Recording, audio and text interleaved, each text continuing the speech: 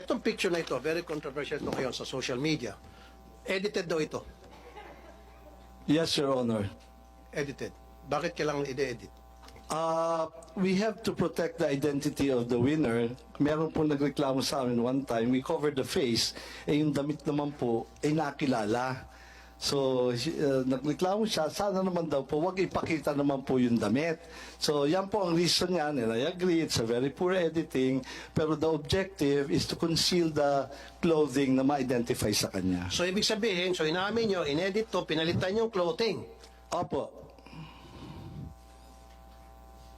Bakit kinakailangan palitan ang clothing? Again, part po yan ng pag-conceal kasi na-identify po yung damit. For example, kung at that day, yung mga kapitbahay po yun yung suot niya, ganyan. Or kung nakapag-selfie siya, meron yung pong nagreklamo sa amin, favorite clothes daw kasi, kaya nalaman siya. So, Your Honor, if there is something to apologize, it's the poor editing.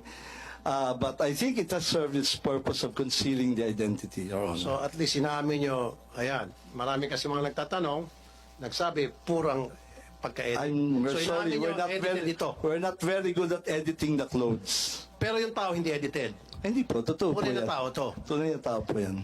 Okay. So, kaya sabi ko mamaya sa executive session, gusto ko malaman yung identity nitong taon to, pati yung nanalo sa 690 million. Actually, Make sure na lahat talaga po tao. on record yan, kung susumpinan niyo po, we can provide the names. No, sa executive session, pwede naman siguro yan. Am I right, Senator Coco? Can we do that? On executive session?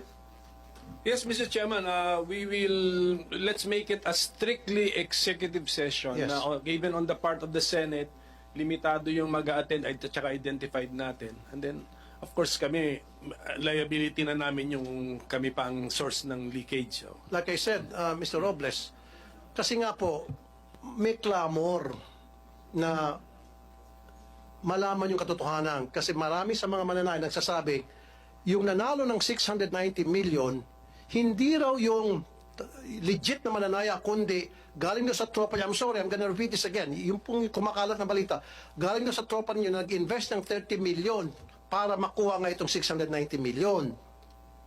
Para maalis na po yung haka-haka na yan, gusto po namin makita kung talagang totoong tao yon. And then gagawa nga ako ng cross-checking. Sinabi ko na kanina, I'm gonna use the NBI, the ICT, if I have to hire a private detective, para magkaroon ng cross-checking kung yun ba related sa inyo. Hindi. Pag lumitaw na hindi, sabihin ko rito na hindi related talagang legit winner yan.